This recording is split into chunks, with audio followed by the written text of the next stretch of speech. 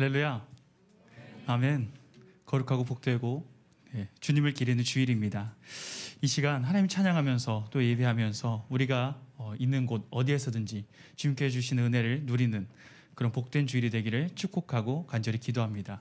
우리 시간 찬양하면서 예배하면서 기쁘게 우리 주님께 나아가도록 하겠습니다.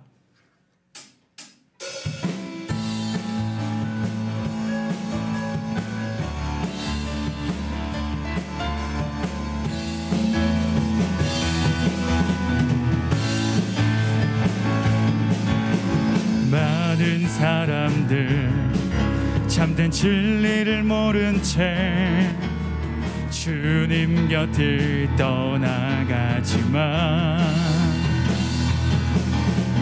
내가 만난 주님은 참 사랑이었고 진리이고 소망이었소. 다시 한 번 더 많은 사람들 참된 진리를 모른 채 주님 곁을 떠나가지만 내가 만난 주님은 참 사랑이었고 아멘 진리이고 소망이었소. 난 예수가 좋다오. 난 예수가 좋다오. 난 예수가 좋다오.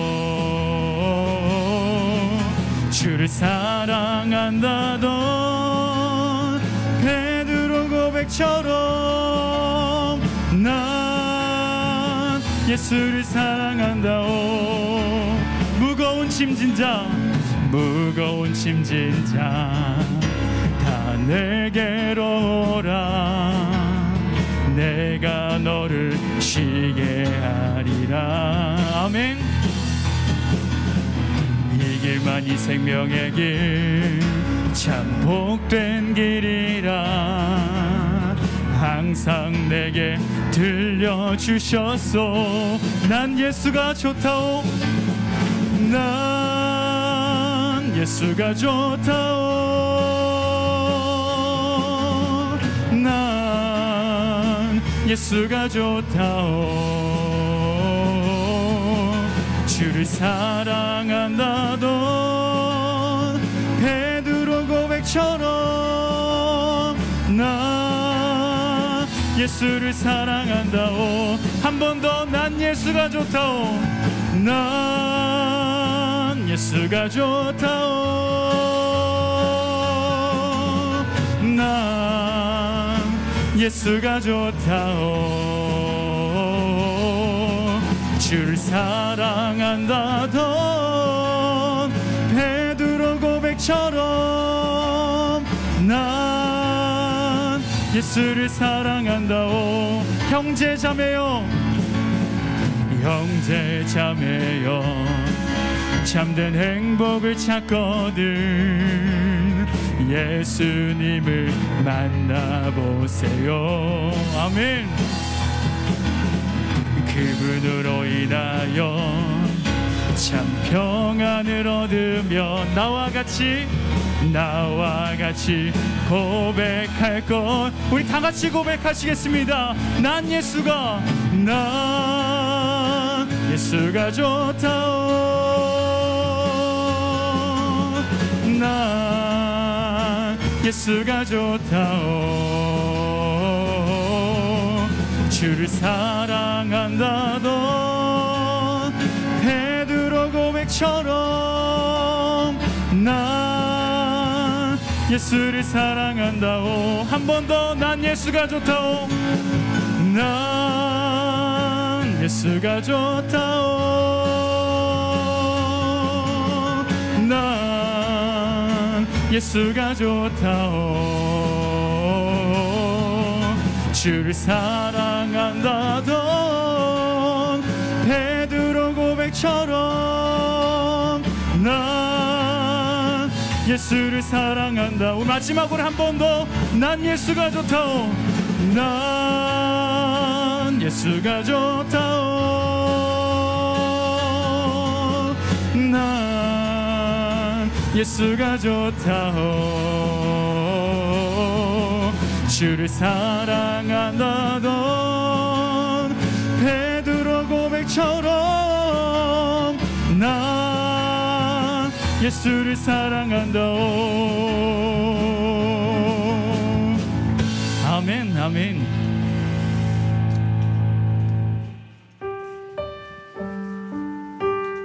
할렐루야. 이 시간 모든 것 다 내려놓고 내 주인 되신 주님께 나아가는 신앙 고백 드리도록 하겠습니다.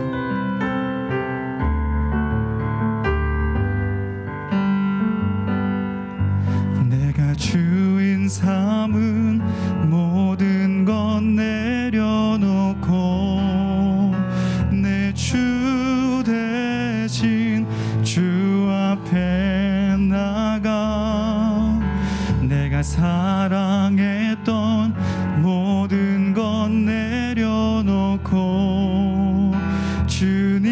주님만 사랑해. 한 번 더.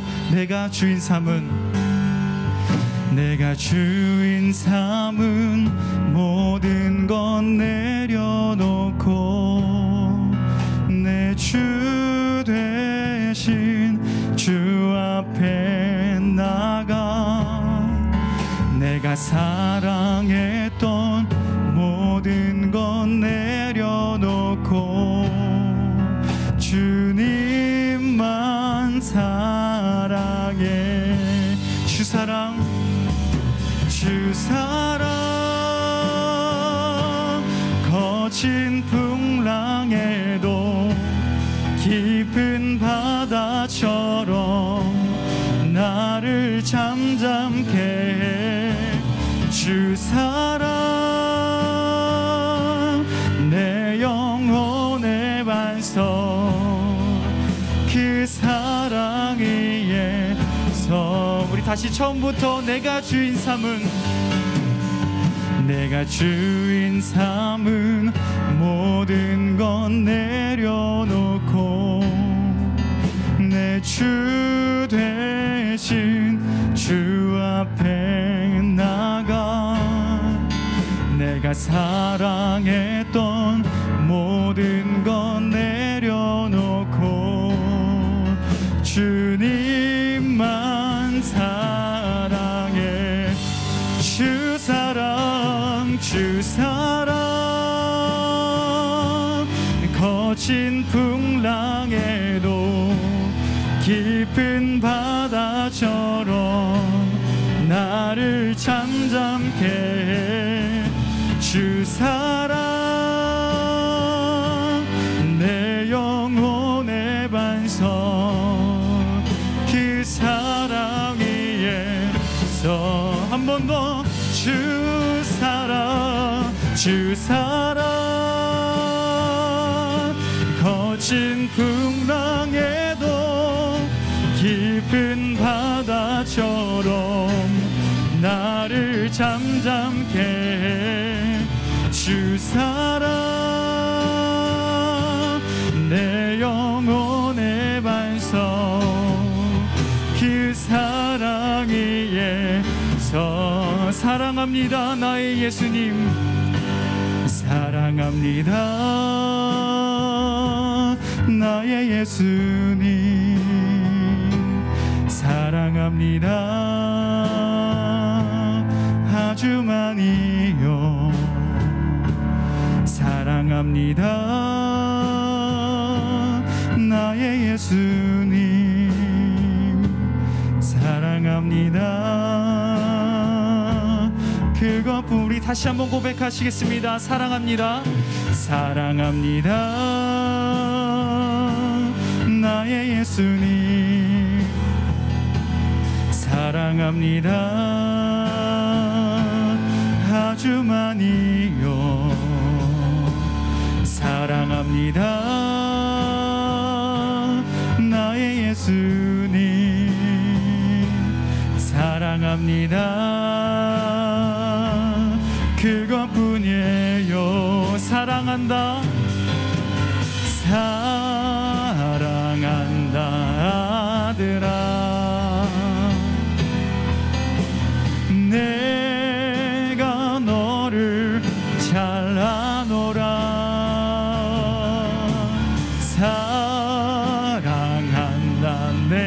따라 내게 주고 또한 사랑한다 아들아 사랑한다 아들아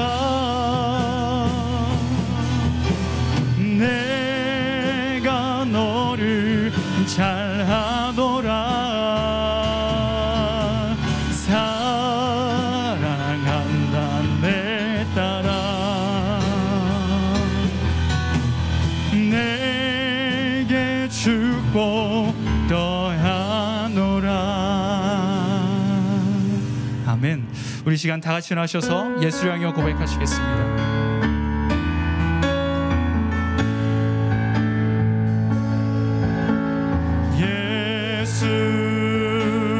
우리 왕이여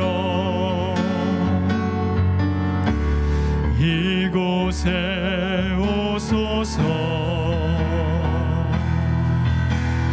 보좌로 주여 임하사 찬양을 받아 주소서 주님을 찬양하오니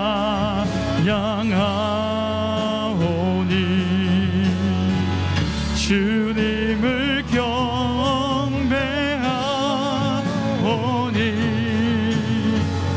왕이신 예수여 오셔서 좌정하사 다스리소 주님을 찬양하오니 주님을 찬양하오니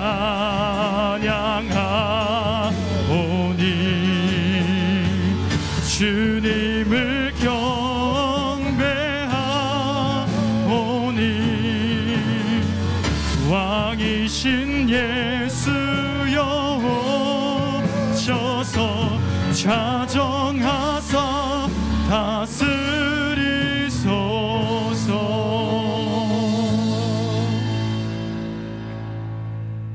사도신경으로 신앙 고백하시겠습니다. 하늘에 계신 우리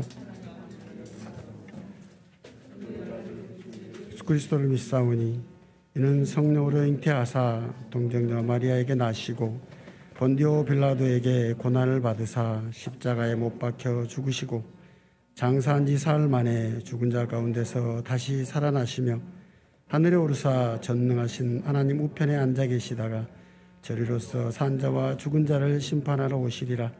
성령을 믿사오며 거룩한 공예와 성도가 서로 교통하는 것과 죄를 사하여 주시는 것과 몸이 다시 사는 것과 영원히 사는 것을 믿사옵나이다. 아멘. 기도드리겠습니다. 사철의 봄바람 불어있고 하나님 아버지 모셨으니 믿음의 반석도 든든하다. 우리 집 즐거운 동산이라.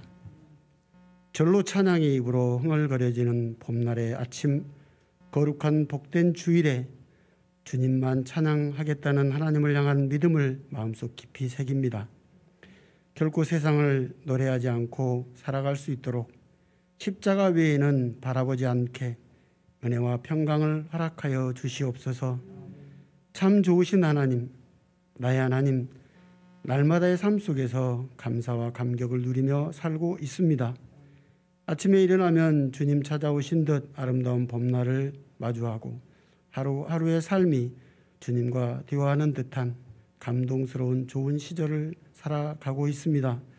너무나도 평안하고 감사한 일상을 살고 있음을 고백합니다. 우리 모든 필그림 식구들의 일상도 이렇게 아름답기를 원하고 기도합니다. 힘들고 어려운 일 닥치더라도 믿음으로 이겨내 가게 하시고 주님 주신 능력으로 감사하며 후일을 고대하며 웃는 날을 떠올리며 감내하며 살게 하옵소서. 우리의 원죄와 삶 가운데의 죄가 우리를 부끄럽게 하고 하나님 아버지 앞으로 나아감을 방해합니다. 이 시간에 예수 그리스도의 보혈의 피가 필요합니다. 우리의 모든 삶의 영역에 그 피로 깨끗게 하시고 정하게 하셔서 우리 입술의 찬양이 떠나지 않게 하시고 우리의 예배를 정결하게 하나님께 드리도록 한없는 은혜와 은총을 허락하여 주시옵소서. 우리 가운데 슬픔을 당한 가정이 있습니다. 사랑하는 집사님들에게 하나님의 위로와 평강이 있게 하옵소서. 모든 가족이 하나 되게 하시고 어머니의 신앙을 본받아 그 말씀 읽게 하시고 그 찬송 부르며 어머니 기도 못 잊어 그 기도로 힘을 얻고 하나님 나라 바라보며 천국에서 다시 만날 소망으로 견디어 승리케 하시옵소서. 사랑의 하나님, 우리의 필요를 또한 구합니다. 참으로 힘겹고 어려운 이때 하나님께서 세우신 교회가 조금씩 성장하고 하나님께서 기뻐하시는 일들을 감당해 갑니다. 더욱 힘있게 행하기 위해 많은 일꾼들을 보내주시고 필요를 하나님께서 채워주셔서 마땅히 행할 일들을 하도록 지경을 넓혀 주시옵소서. 귀한 사역들을 뒷받침할 수 있는 직분자오들을 세울 수 있도록 허락하여 주시고 교회와 성도들에게 어떤 어려움이나 마음의 혼란이 없도록 마음을 굳게 붙잡아 주시옵소서. 사탄의 계략에 넘어지지 않도록 기도로 단단해지게 하옵소서. 담임 목사님을 위해 기도합니다. 수술 후에 회복 중에 있습니다. 육신을 강건케 붙드시고 병의 뿌리가 마르게 하셔서 사역에 방해되지 않도록 완전한 회복을 허락하여 주시옵소서. 또한 사랑하는 종을 단위에 세우심을 감사합니다. 증거되는 말씀들이 오직 예수 그리스도만이 증거되고 하나님의 말씀만이 선포되도록 붙드시고 영성을 더하셔서 말씀의 능력이 나타나고 오늘 선포되어질 말씀을 통해 심령을 풍요롭게 하시고 송이꿀보다 달리단 말씀을 맛보게 하시옵소서. 생각해보건대 하나님의 은혜가 아닌 적이 정말 한순간도 없었음을 고백합니다. 하나님 나라 확장과 선교의 열정으로 시작된 우리의 교회가 또 여정 동안 끝까지 한 사람의 낙오 없이 하나님 앞에서 칭찬받는 필그림의 선교교회가 또 성도가 되게 하여 주시옵소서. 오늘 준비한 분주한 손길들을 기억하시고 하나님의 위로가 함께 하시기를 기도합니다. 예수님 이름으로 감사하며 기도하옵나이다. 아멘.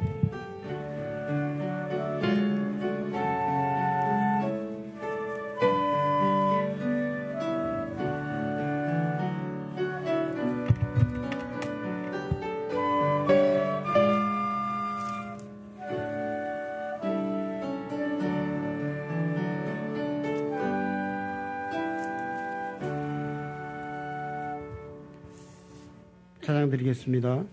찬송가 363장 찬양 드리겠습니다.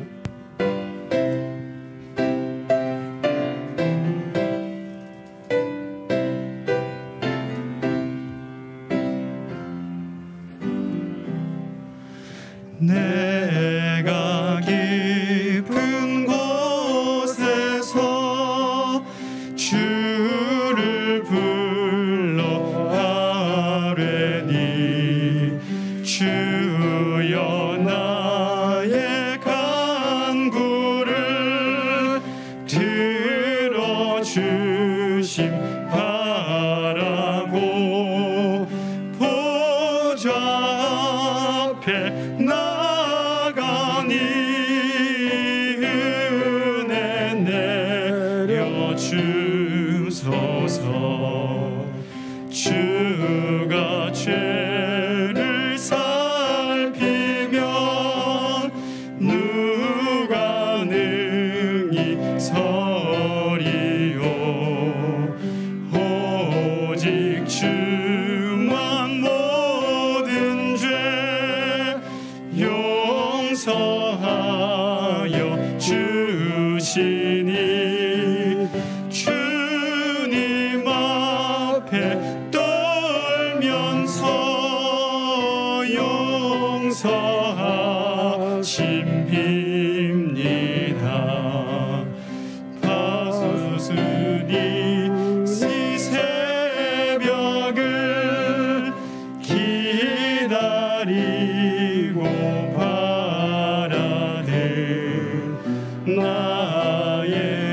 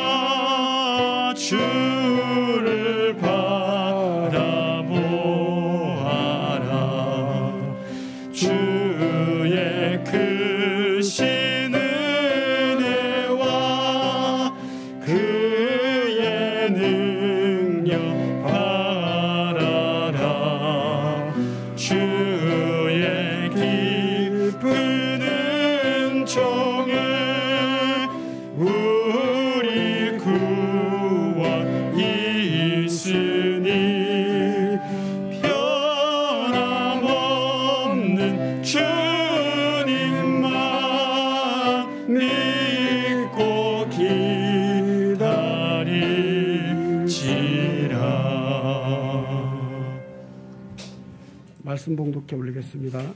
말씀은 누가복음 18장 9절로 14절 말씀입니다.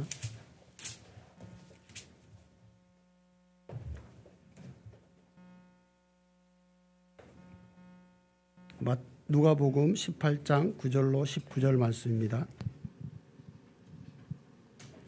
교독해 올리겠습니다. 또 자기를 의롭다고 믿고 다른 사람을 멸시하는 자들에게 이 비유로 말씀하시되 성전에 올라가니 하나는 바리새인이요 하나는 세리라.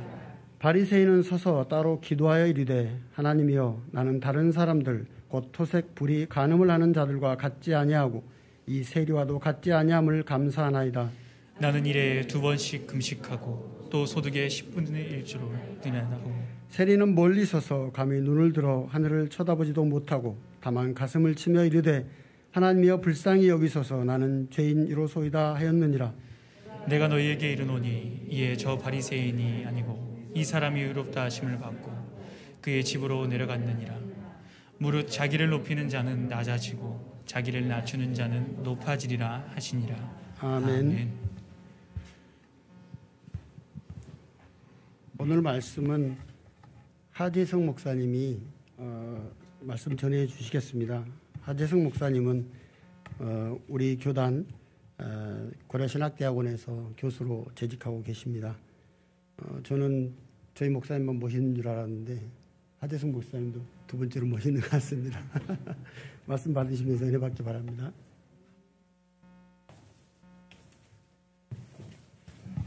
네, 잠깐 함께 우리 기도하겠습니다. 살아계신 하나님 감사합니다. 이곳에 참 아름다운 필그림 선교교회를 세워주시고 귀한 목사님 통하여 사랑하는 성도들을 목양하며 주님의 말씀으로 가르치고 먹이게 하심을 감사드립니다. 특히 목사님 건강을 허락하여 주셔서 수술 후에 잘 회복되실 수 있도록 도와주시고 평생 목양 일념으로 살아오신 그 모든 삶이 아름답게 열매 맺도록 주여 도와주시옵소서. 어려움 당한 성도, 슬픔 당한 성도들을 주께서 위로하시고 치료하여 주시옵소서.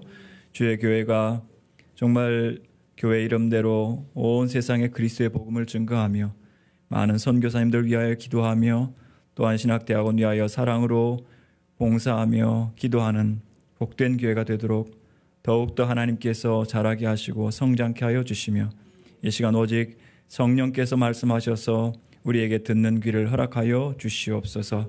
예수님 이름으로 감사기도 드립니다. 아멘. 예, 저는 신학대학원에서 목회 상담학을 가르치고 있습니다.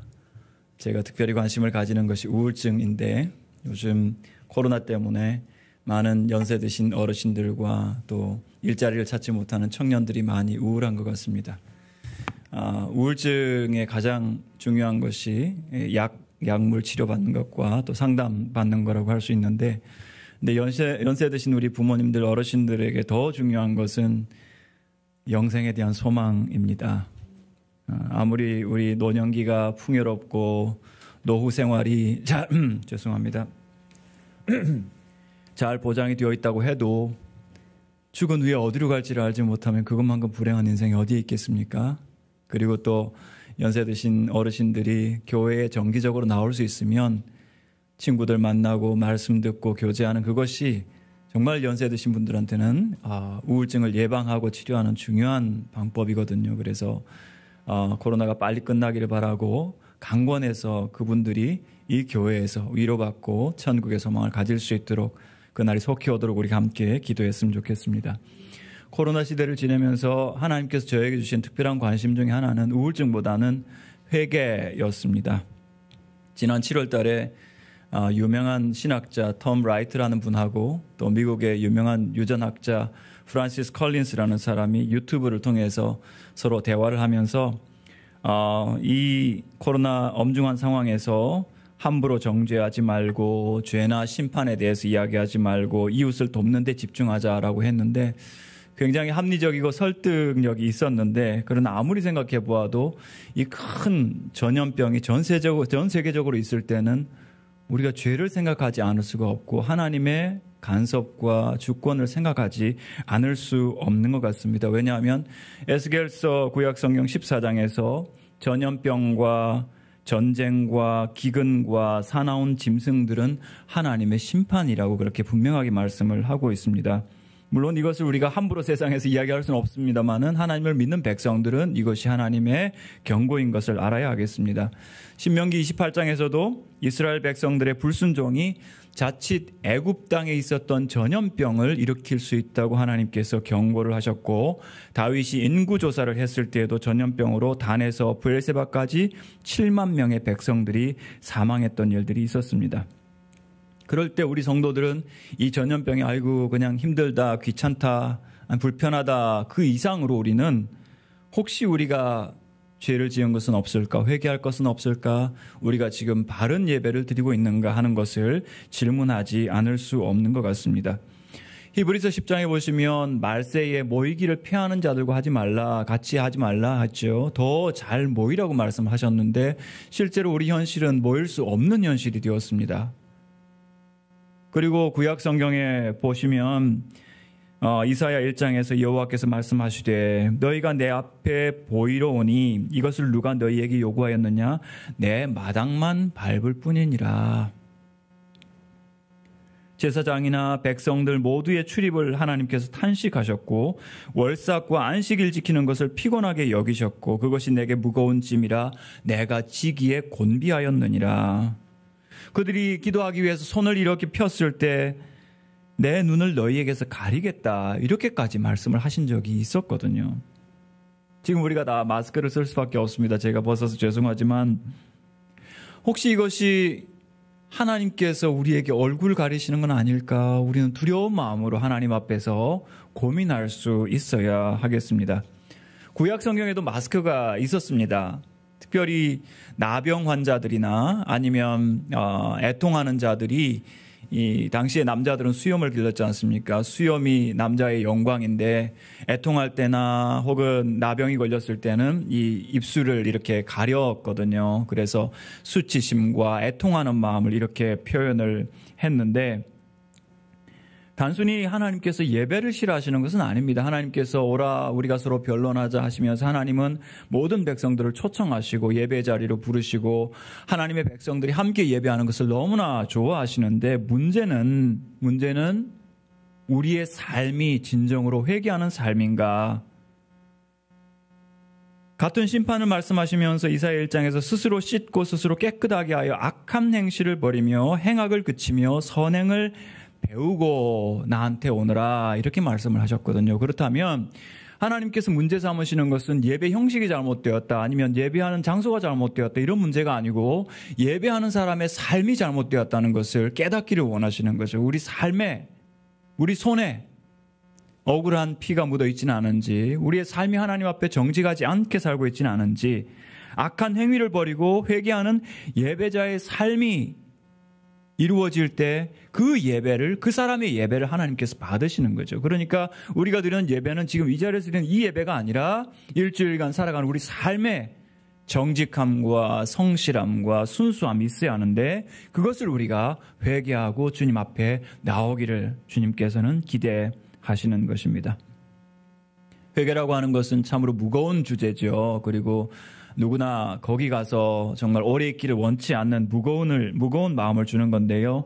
하지만 전도서 7장 보시면 지혜자의 마음은 초상집에 있으되 우매한 자의 마음은 혼인집에 있느니라, 이렇게 말씀을 하셨습니다. 초상집에 가면 우리의 일상이 멈추게 됩니다.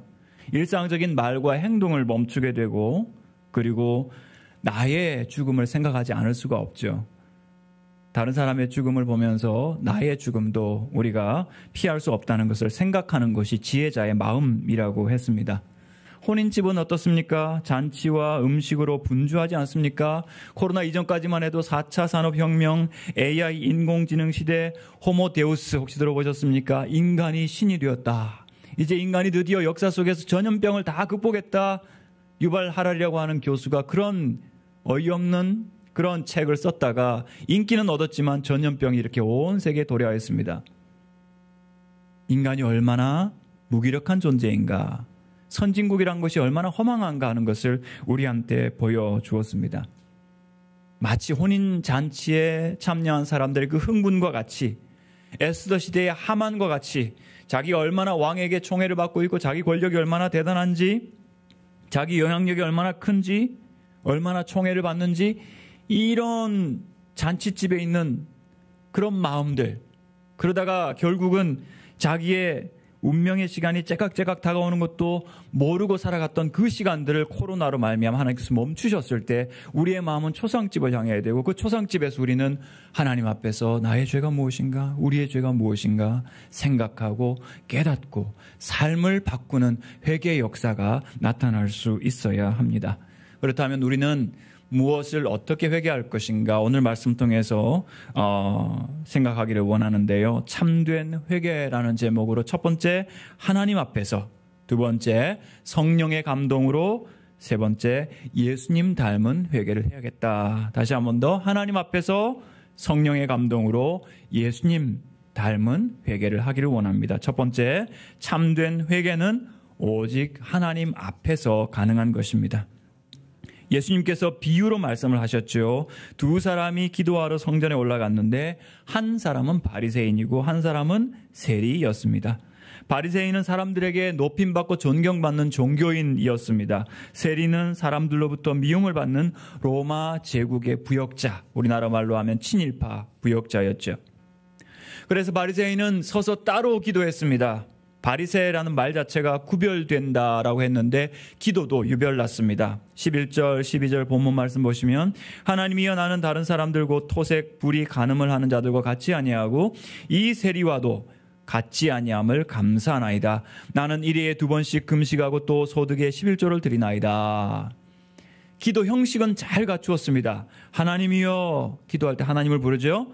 감사하나이다. 감사는 또 긍정적인 신앙의 모습이라고 할 수 있습니다. 그러나 문제는 이것이 기도로 인정받지 못했다는 것입니다. 이것은 기도가 아니라 자기 몰입, 자기 과시, 타인을 멸시하는 교만의 모습, 평소에 그의 삶의 모습이 그대로 기도에 반영되고 있는데요.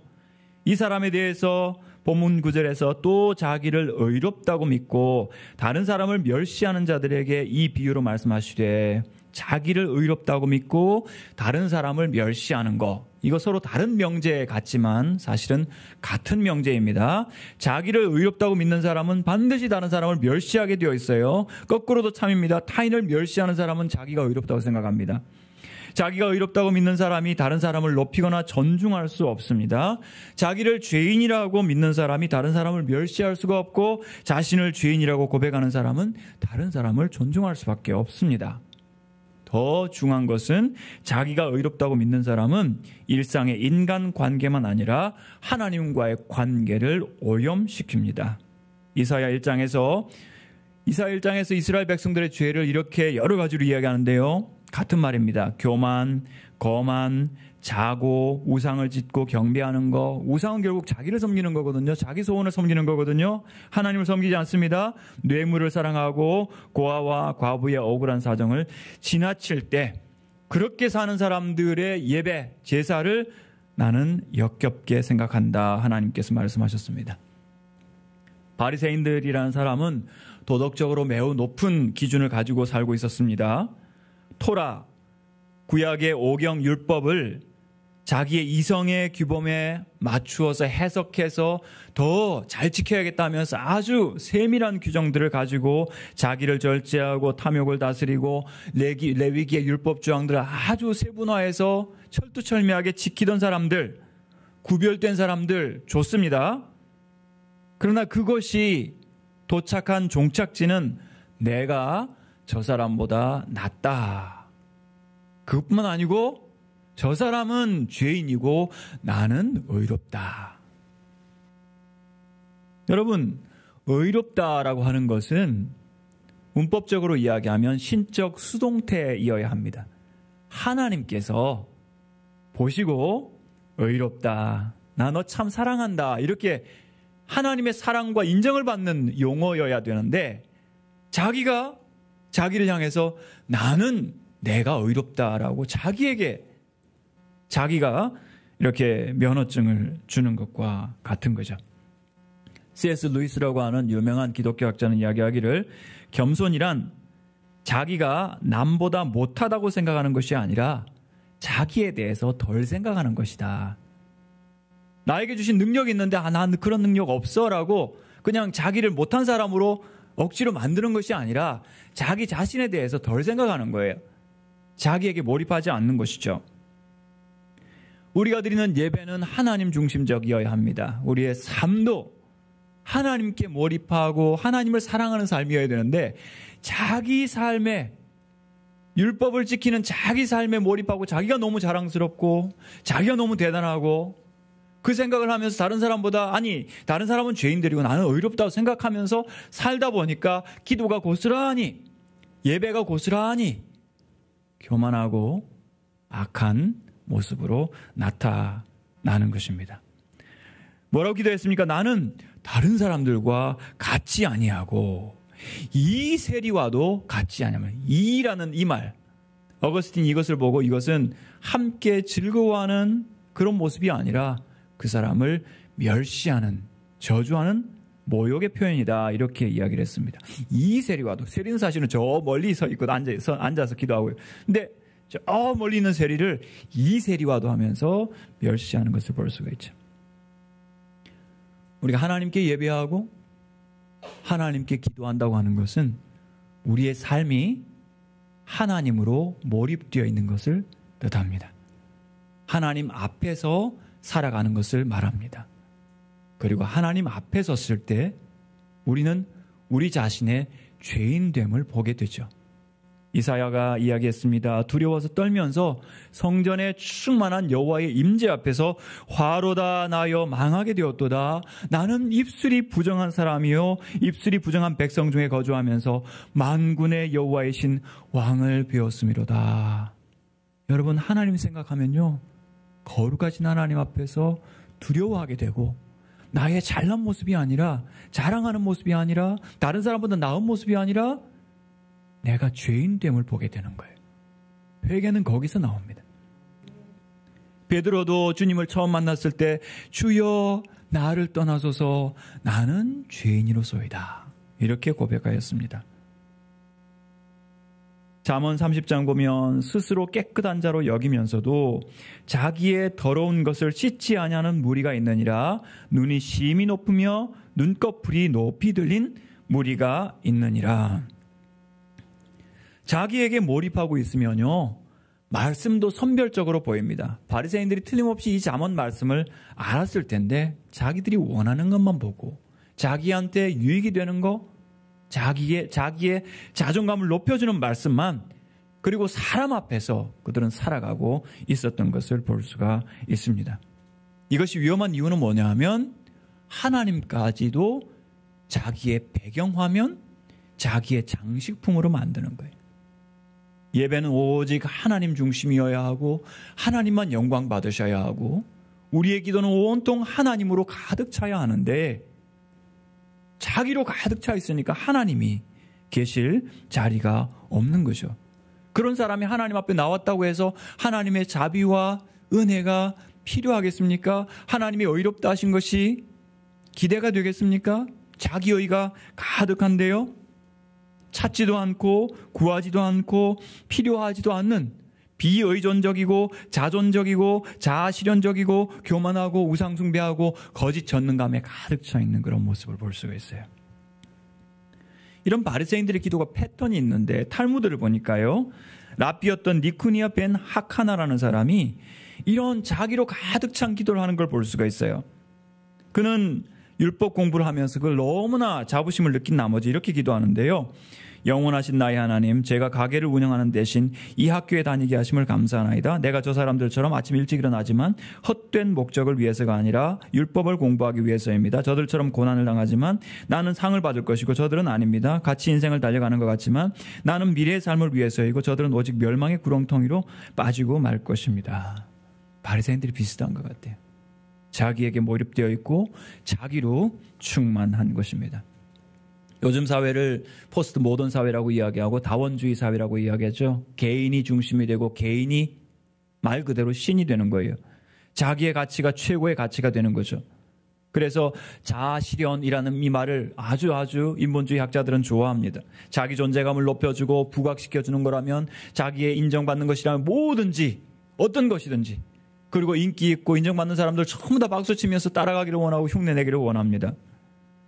그 가운데 많은 그리스도인들이 하나님조차 자아실현의 도구로 사용하는 것을 볼 수가 있습니다. 결국 자기 우상이죠. 하나님 앞에서 우리가 우울할 필요는 없습니다. 건강한 자아상을 가져야 합니다. 하지만 내가 더 많이 기도하고 내가 더 잘 섬기기 때문에, 내가 신앙생활 더 잘하기 때문에 나는 저 사람보다 더 낫지, 나에게 그래도 이게 있는데 라고 생각할 때, 여러분, 나에게 있는 이게 교만이고 이게 우상입니다. 매일 뉴스를 보면 자기의가 난무합니다. 정치가들의 모습을 보십시오. 과거에 너희들은 더 나빴다, 아니 지금 너희들이 더 나쁘다, 막 이렇게 주고받고 싸우면서 자기의 잘못을 계속해서 감추면서 자기가 더 의롭다고 자랑하고 있습니다. 여러분, 자연인의 의로는 구원받을 수가 없습니다. 하나님 앞에 나오셔야 합니다. 하나님 앞에서 자기 죄를 깨닫고 진심으로 회개해야 합니다. 자기의 잘못을 생각지 못하고 의롭다 여겼던 죄를 회개하고 고백하는 우리의 기도와 우리의 삶이 되시기를 바랍니다. 두 번째 참된 회개는 성령 안에서 애통하는 것입니다. 13절 보시면, 세리는 멀리 서서 감히 눈을 들어 하늘을 쳐다보지도 못하고 다만 가슴을 치며 이르되 하나님이여 불쌍히 여기소서 나는 죄인이로소이다 하였습니다. 멀리 서서라고 했죠. 멀리라고 하는 것은 아싸들의 장소입니다. 요즘 말로 아웃사이더, 소외당하는 자들, 말 그대로 친일 부역자들과 같은 나라를 팔아먹고 민족을 배신한 이 기회주의자들이라고 할 수 있겠는데요. 왜 성전에 올라왔을까요? 돈 잘 벌고 집에 퇴근하면 되는데 집에 가기 전에 성전에 올라왔어요. 올라오면 저 바리새인 같은 사람들의 모습을 봐야 되고 멸시받는 그런 눈총을 받아야 하는데 기도하러 올라오지 않을 수 없었죠. 왜요? 죄로 인한 날카로운 애통의 마음이 집에 들어가기 전에 해결하지 않으면 안 된다는 그런 시급성을 주었기 때문이죠. 그에게 시급하게 필요한 것은 저녁 먹는 것이 아니라, 배고픈 것을 채우는 것이 아니라 하나님의 은혜와 긍휼을 내가 힘입어야 하겠다는 마음의 애통이었습니다. 세리도 물론 자기 자신을 생각했습니다. 근데 그가 생각한 자기 자신은 하나님을 통해 본 죄인이었습니다. 희망 없는 죄인. 철저하게 하나님밖에 의지할 곳이 없고 희망이 없는, 소망이 없는, 출구가 없는 죄인. 그런 자신의 모습을 보면서 주님의 자비가 아니면, 긍휼이 아니면 나 집에 가도 아무 가치도 쓸모도 없다는 것을 그는 생각했기 때문에 그는 퇴근하는 길에 성전에 올라가지 않을 수가 없었던 거죠. 구약의 성도들이 기도하는 모습을 보면 시편 123편에서 하늘에 계시는 주여 내가 눈을 들어 주께 향하나이다. 눈을 들어서 이렇게 기도했습니다. 하지만 재앙과 죄가 덮칠 때는 감히 눈을 들어 우러러 볼 수도 없었습니다. 시편 40편에서 수많은 재앙이 나를 둘러싸고 나의 죄악이 나를 덮침으로 우러러 볼 수도 없으며 죄가 나의 머리털보다 많음으로 내가 낙심하였음이니이다. 재앙이 나를 둘러싼 것은 이해가 되는데 나의 죄악이 나를 덮치고 죄가 머리털보다 많다는 것을 새삼 깨달으면서 고통당하게 되는 거. 여러분, 언제 나의 죄가 나에게 정말 어마어마한 파도처럼, 집채만한 파도처럼 나를 에워싸고 둘러싸고 덮친다는 것을 느끼셨습니까? 언제 그렇게 할 수 있습니까? 주석을 보니까 깊은 곳에서 우러나는 비통한 죄의 자각은 오직 성령님을 통해서 가능하다고 이야기하고 있습니다. 성령께서 계실 때 우리가 우리의 죄를 깨달을 수가 있고, 내가 이렇게 죄인이었구나, 나에게는 소망이 없구나 하는 것을 알게 된다는 거죠. 요한복음 16장 8절에서 예수님께서 성령님을 예언하시면서 보혜사 성령께서 오셔서 죄에 대하여, 의에 대하여, 심판에 대하여 세상을 책망하시리라. 죄에 대하여, 우리 마음에 사실 세상 사람들은 몰라요. 왜냐하면 성령이 안 계시니까. 하지만 성령이 계신 우리는 어느 순간 문득 그것이 죄였구나. 이것이 죄였구나.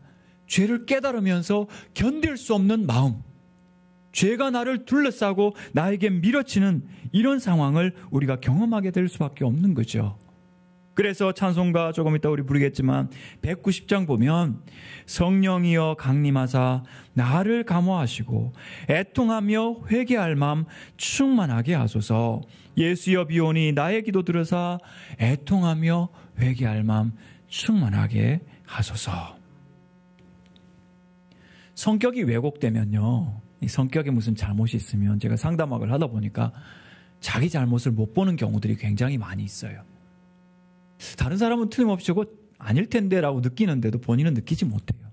그러나 성령님 계시면 성격 장애가 있건 없건 상관없이 하나님 말씀 앞에서 성령 안에서 우리의 죄를 깨닫게 될 줄 믿습니다. 결국 우리를 회개하게 하시는 분은 성령님이시기 때문에 여러분, 회개하는 사람은 위대하지 않습니다. 성령님이 위대하신 거죠. 우리에게 회개를 통하여 하나님과 화목하게 하시는 예수님이 위대하신 겁니다. 그리고 참 부족하고 가치 없는 우리지만 예수님이 하신 그 공로를 힘입어서 성령의 감동으로 나아갈 때 우리를 받아주시고 화해하시는 하나님 아버지가 위대하신 거지요. 간증하는 사람 위대하지 않아요. 그 위대하신 용서의 약속을 받기 위해서 우리는 매일매일 성령 충만을 받아야 합니다. 성령 충만 받아서 내가 능력 있다, 기도한다, 뭐 꿈꾼다 이런 거 전에 그런 은사도 있겠지만 덕을 세우는 것은 내 죄를 깨닫고 내가 회개하는 거예요. 나는 기도하는 사람, 저 사람 기도 안 하는 사람 이거 아닙니다. 알렉스 토렌스 박사라는 사람은 고대 후기의 회개라는 이 책을 통해서 회개를 3가지 회개가 있다고 이야기했는데 2가지를 먼저 소개해드리면요. 초기 회개, 처음 회개하는 거예요. 이거는 우리가 예수님을 처음 믿으면서 내가 죄인입니다. 예수님이 내 마음에 오기를 원합니다. 이렇게 예수님을 영접하고 세례를 받고 그리고 성만찬에 참여함으로써 교회, 성도, 하나님의 자녀로서 그저 우리가 변화된 것을 공적으로 이렇게 통과하는 그런 의례로서 우리는 회개를 하게 됩니다. 물론 그 회개도 진실한 회개죠. 2번째 회개는 실존적인 회개입니다. 우리의 삶에 그때부터 살기 시작하는 그리스도인으로의 삶의 여정 자체가 영적인 여정으로서 회개의 여정이 된다는 거죠. 그래서 복음의 명령을 지키고 살아가는 참된 그리스도인들의 삶의 중요한 목표, 유일한 목표는 회개하는 것입니다. 그러니까 초기 회개를 통해서 영생을 얻었으면 실존적인 회개를 통해서 우리는 거룩함에 이르게 되는데 그 과정은 회개하고 또 회개해야 되는 그런 회개의 과정입니다. 구원의 확신이 중요하죠. 여러분 요한복음 6장 47절 여러분이 처음 예수님을 믿기 시작하면서 진실로 너희에게 이르노니 믿는 자는 영생을 가졌나니 예수님을 믿는 자는 영생을 가진 줄 믿습니다. 이미 가졌습니다. 이미 여러분 오늘 저녁 우리가 세상을 떠난다고 해도 천국 갈 수 있는 믿음이 있습니다. 우리의 믿음이 아니라 예수님의 공로로 말미암아 그죠? 근데 바리새인들은 2가지 다른 근거를 가지고 있었어요. 아브라함의 자손이기 때문에 2번째는 율법의 세밀한 조항들을 지키기 때문에 나는 구원받았다고 생각을 했는데 세례 요한은 그들을 치면서 이야기하기를 그러므로 회개의 합당한 열매를 맺고 속으로 아브라함이 우리 조상이라고 하지 말라고 도전을 했죠. 자기들은 당연히 확보한 것이라고 생각했는데 당연한 거 아니다고 이야기를 하고 있습니다. 예수님도 말씀하셨습니다. 나더러 주여 주여 하는 자마다 다 천국에 들어갈 것이 아니요 다만 하늘에 계신 내 아버지의 뜻대로 행하는 자라야 들어가리라. 아버지 뜻대로 행하는 것이 무엇일까요? 회개하면서 돌아보면서 겸손하게 하루하루 기도의 삶을 살아가는 것입니다. 우리 가끔 질문하죠. 회개할 죄가 뭐 그리 많이 있습니까? 아닙니다. 여러분 성령께서 깨우치시면 정말 시편의 이 시인이 이야기한 것처럼 우리는 그 죄가 머리털보다 많다는 것을 새삼 깨닫게 되는 것입니다. 여러분 구원의 확신을 가지고 있어야 합니다. 그러나 그것으로 전부라고 생각하고 안심하고 여러분 살아가지 마시고 성령으로 말미암아 내 죄가 무엇인지 깨닫게 해주십시오. 애통하는 마음을 가지시기 바랍니다. 사도 바울도 로마서 8장에서 오호라 나는 곤고한 사람이로다. 이 사망의 몸에서 누가 나를 건져내랴. 사도가 사망의 몸에 들어있다고 죄의 지배를 받고 있다고 그렇게 고백하고 있습니다. 심지어 디모데전서 1장 15절 여기서는 죄인 중에 내가 괴순이라. 이게 사도 바울이 처음 회개할 때 느낀 걸까요? 고백하는 걸까요? 아닙니다. 디모데서는요, 사도 바울이 네로 황제 때 AD 주후 64년에 순교를 당했는데 기록에 따르면 디모데 전후서는 AD 63년에 기록했습니다. 죽기 1년 전에 기록한 말씀이죠. 그 말씀을 기록하면서 인생 말년, 그 사역의 말년에 나는 죄인 중에 괴순이라. 회개하고 죄를 더 지었습니까? 아닙니다. 그러나 성령의 조명 아래서 살아가다 보니까 평생 나이가 들면 들수록 사역이 무르익으면 무르익을수록 그런 자신이 죄인 중에 괴수라는 것을 깨닫게 된 것입니다. 이것이 오늘 우리 필그림 선교교회 성도들의 영적인 여정이 되셔야 합니다. 그래서 우리는 회개의 여정을 살아가야 하겠습니다. 성령 안에서 깨닫는 죄의 체험은요, 실존의 위기 체험입니다. 이대로는 안 되겠다. 이대로 나는 밥을 먹을 수 없고 집에 가서 쉴 수가 없다.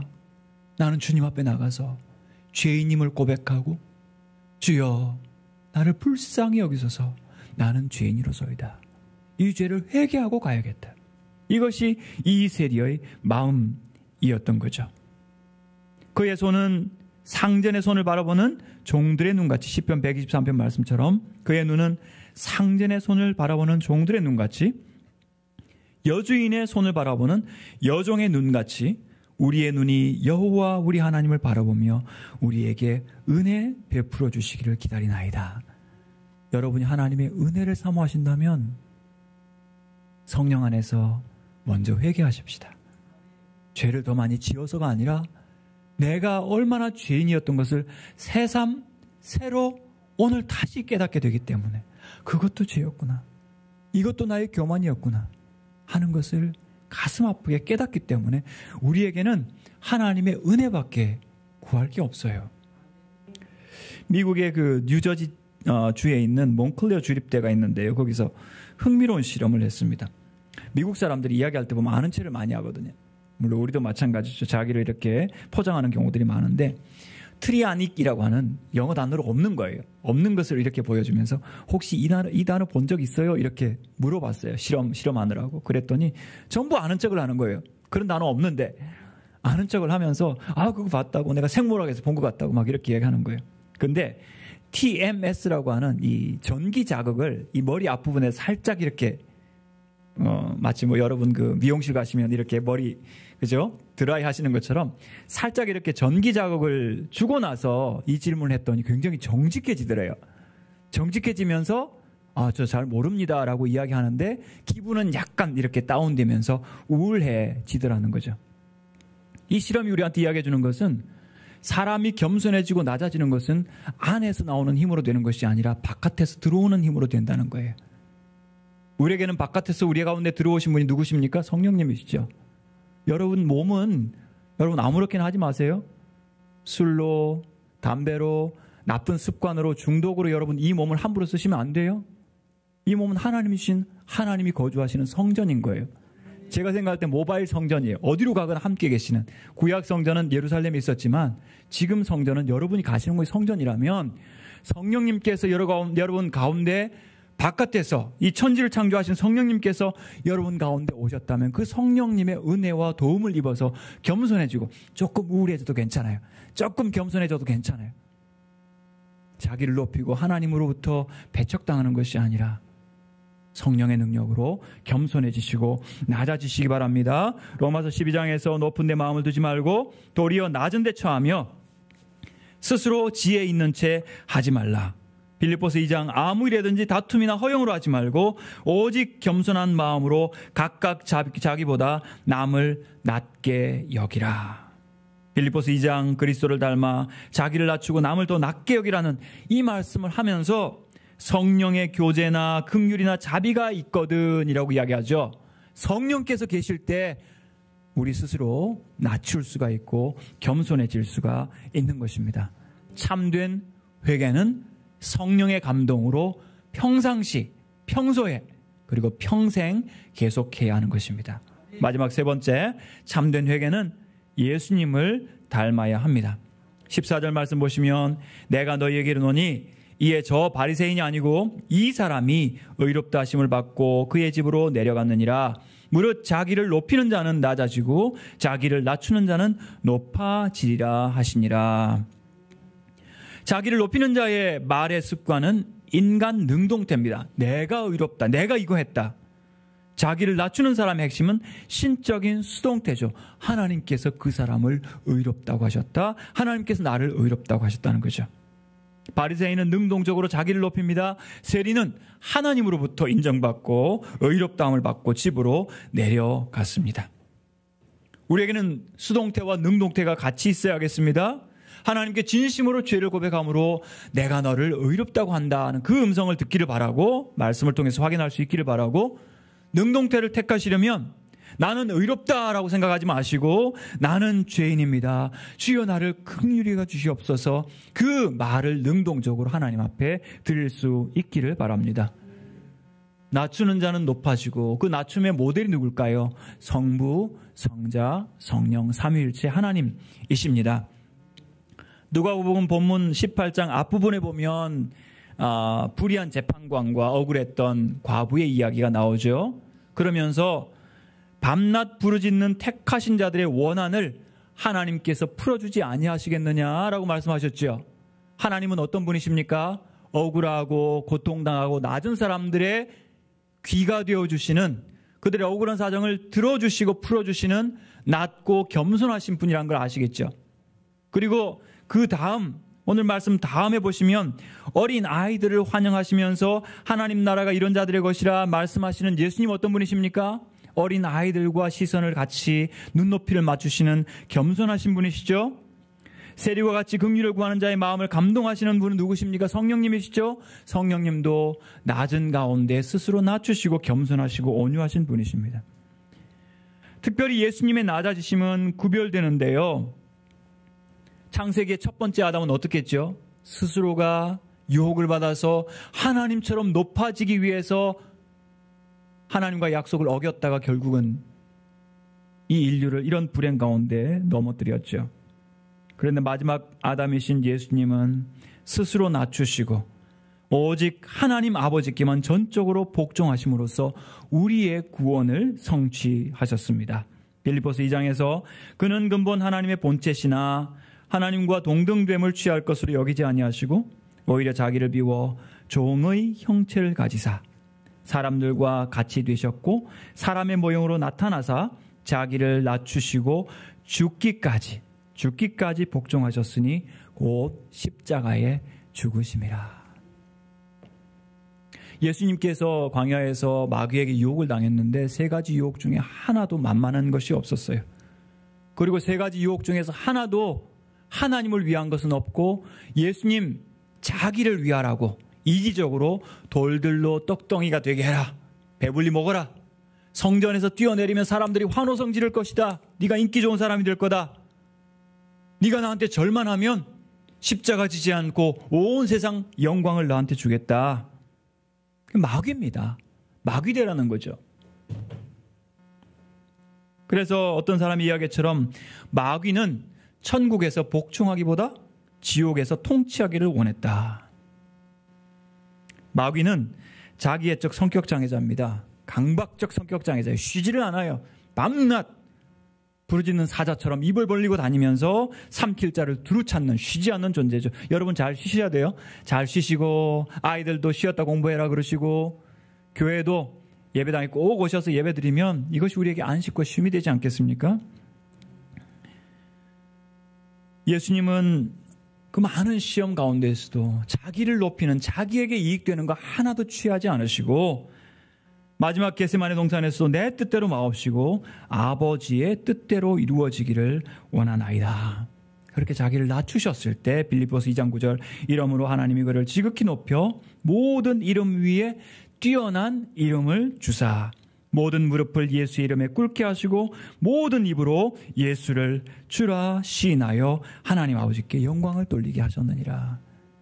그렇게 낮추셨을 때 죽기까지 복종하셨을 때 하나님께서 그의 이름을 지극히 어떤 이름보다 뛰어난 이름으로 높여주셨다는 거죠. 알렉스 터런스 교수가 이야기한 세 번째 회개, 그것은 그리스도를 닮은 회개입니다. 예수님은 죄가 없으셨지만 죄인들을 위해서 세례를 받으셨죠.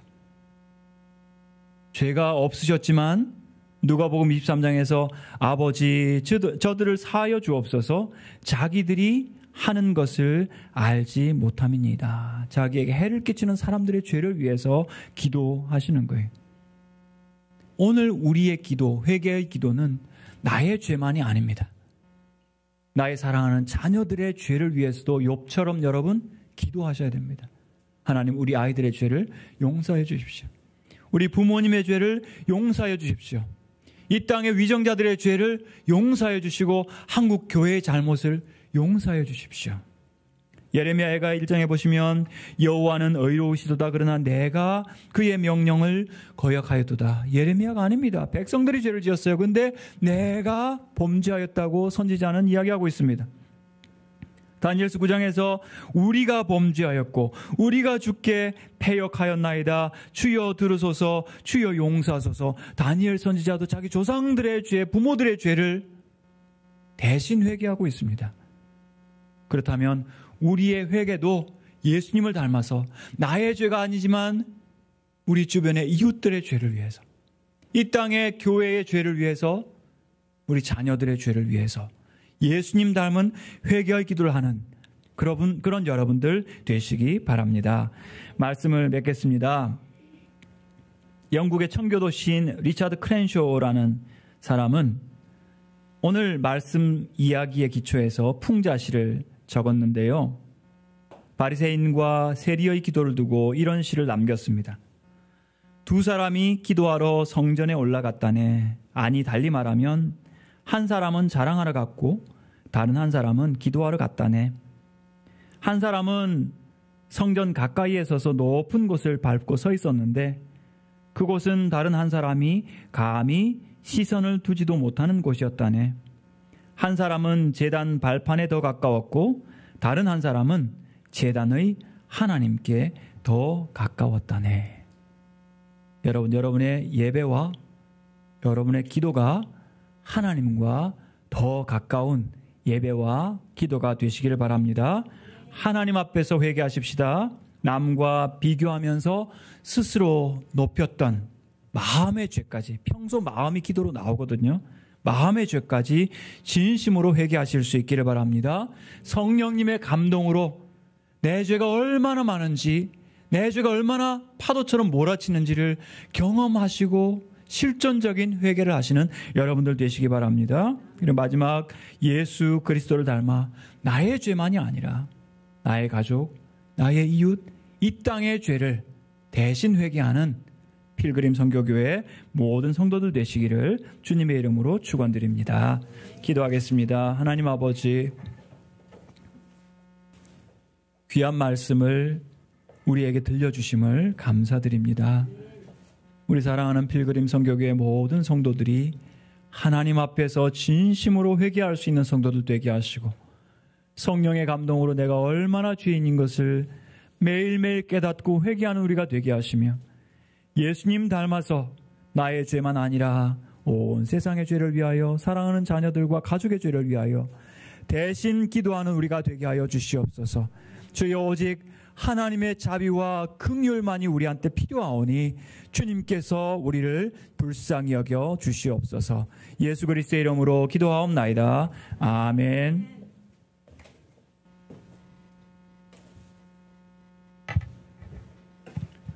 많은 위로와 은혜의 말씀이 됐을 줄 믿습니다.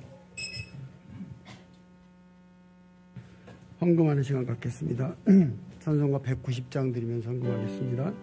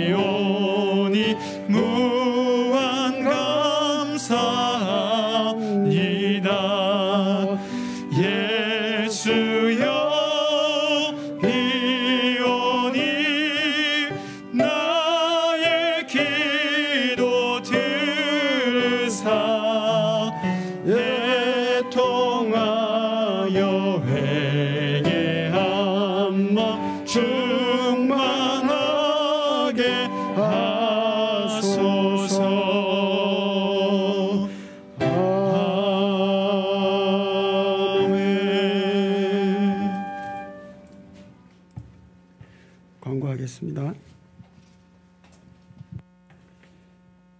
오늘 오전 예배 설교를 해주신 분은 고려신학대학원에서 교수로 섬기시는 하재성 교수님이십니다. 다시 한번 감사드립니다. 2021년 중직자, 피택 장로, 피택 집사, 피택 권사 교육 과정이 있습니다. 장소는 선두교회이고 일신 3월 14일부터 5월 30일 매주일 오후 5시에서 8시까지 합니다. 이기철 집사님의 고 김미미 집사님께서 소천하셨습니다. 장례식의 모든 절차와 가족들을 위해 기도 부탁드립니다. 장소는 부천 성모병원 후문 장례식장 7호실입니다. 담임 목사님의 건강을 위해서 많은 기도 부탁드립니다. 목사님 나오셔서 말씀.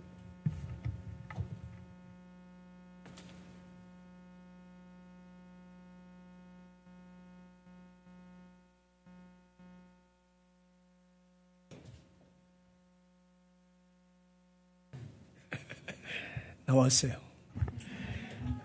에이, 자꾸 힘들게 해서 죄송합니다. 못 나가지고. 저는 여러분하고 한 번도 가족 아니라고 생각한 적이 없어요. 참 내 가족이고 내 딸 같고 내 아들 같고 다 그래요. 20대 때 앓은 그 폐가 조금 설명을 하겠습니다. 아주 심해가지고 오른쪽은 하나하나 떨어져 나가더니 지금은 뭐 거의 없어요. 조금 남았어요. 알다시피 그 폐라는 건 폐종이라고 공기 주머니로 되어 있는데 거기서 이제 산소 공급을 해서 심장으로 이렇게 보내잖아요. 기능이 약하니까 왼쪽은 35%고 오른쪽은 65%를 해요. 기능이. 이것도 오른쪽이 떨어져 나갔으니 35% 가지고 이게 기적이죠. 70평생을 교수도 하고 선교사도 하고 목회 여기까지도 오고. 근데 이제 나이가 되니까 별 수 없나 봐요. 노안상이 일어나서. 그동안은 그냥 몇 년에 한 번씩 좀 그래서 들어갔다가 또 이제 치료받고 나오랬는데 제 담당이 부천 순천향병원 박준식 교수가 제 주치의고 이분이 또 소개를 해가지고 삼성의료원 가서 지금 병원장이신 권호중 박사가 또 두 분이 이때까지 저를 살려냈어요. 근데 권호중 박사가 그러더라고. 그냥 절개해가지고 그 문제 있는 거 탁 떼어내면 간단한데 목사님 나이가 들어서 깨어나지 못할 것 같대. 마취가. 그냥 그렇게 사시하겠습니다.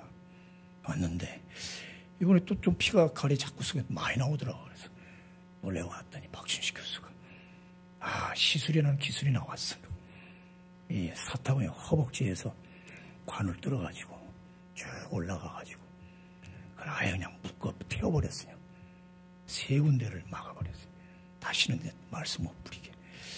하나님 감사합니다.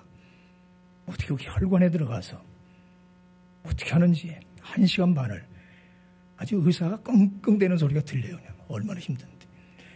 난 시술해서 별거 아닌 줄 알았어요. 사람들이 시술 뭐 간단하다니. 그거 아니네요. 우리 이도경 씨도 해보셨더니만 끝나고 나니까 개운하고 좋아요.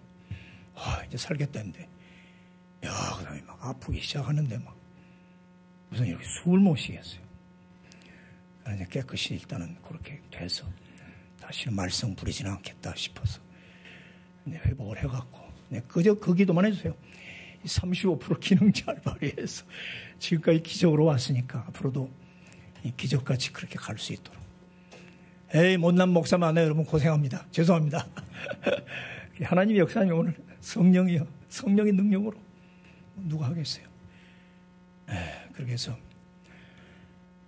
사실 월요일날 태어나라고 하는데 아닙니다. 저는 성도 한 분이 가셔서 갚아야 됩니다. 그러니까 큰일 난다고. 어떻게 해? 김민미 집사님 봐야지. 전화로 그냥 듣는데 나 좀 보고 가지 왜 그렇게 빨리 가냐. 막 물었어. 나 좀 보고 가지 뭐 그래서 빨리 가냐고. 그래서 뭐 장례식이라도 가본다는데 또 병원에서 예배도 못 드리게 한다네. 그것 때문에 나왔는데 뭐 예배 못 드리면 할 수 없지. 우리 이따 오후에 점심 먹고 우리 이렇게 전사님 연락해가지고 가서 방문을 해서 그래서 기도는 해주고 옵시다. 아멘. 그렇게 잘 하고. 하 교수님 의성교회 때 저희 교회 한번 오셔드렸어요. 아주 존경하는 우리나라 아주 상당 심리학의 권위자이십니다. 이렇게 좀 뵙게 돼서 대단히 감사합니다. 이제 백신도 나왔으니까 이제 봄날이 다가오고 좋은 날 맞이하시길 바랍니다. 아멘. 겨울도 지나고 비도 그쳤고 지면에는 꽃이 피고 산비둘기의 소리가 우리의 귀에 들리는구나. 그렇게 사십시다. 아멘. 집사님 나와서 찬양인도 해주셔야겠네. 내가 힘들어서.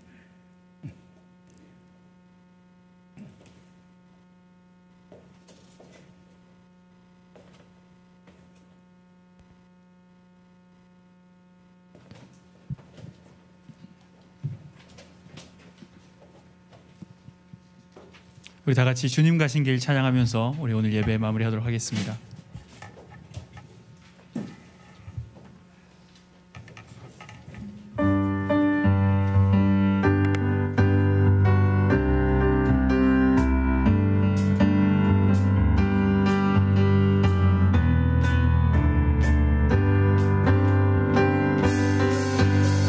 주님 가신 길, 십자가의 길, 외롭고 무거웠던 길, 골고다의 거친 언덕길, 지치신 주님의 모습.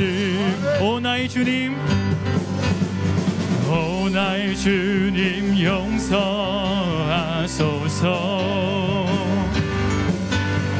죄인 위에 고난 받으셨네.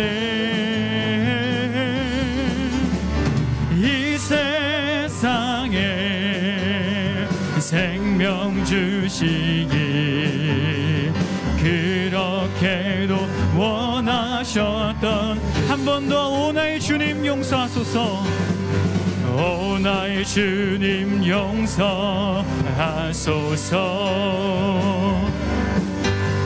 죄인 위에 고난 받으셨네.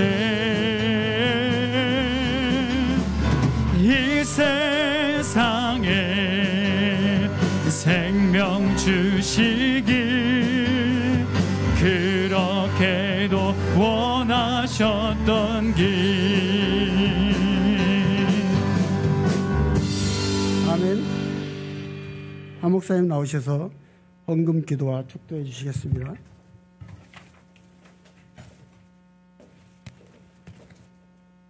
살아계신 우리 하나님 아버지, 오늘 귀한 예배 시간에 주의 백성들을 불러주심을 감사드립니다. 속히 코로나 팬데믹이 끝나서 주님께 예배할 수 있는 자유로운 시간들을 허락하여 주시옵소서. 주님, 이 시간 우리가 드린 이 예배를 통하여 주님께 귀한 예물 구별하여 드립니다. 주께서 기쁘게 허명하여 주시옵소서. 행여 드리고 싶으나 마음의 소원이 있으나 형편이 어려운 우리 성도들을 위로하여 주시옵시고 필요한 것들을 공급하여 주시며 우리 청년들이 소망 있는 이 땅이 될 수 있도록 이 나라를 주님께서 새롭게 회복시켜 주시옵소서.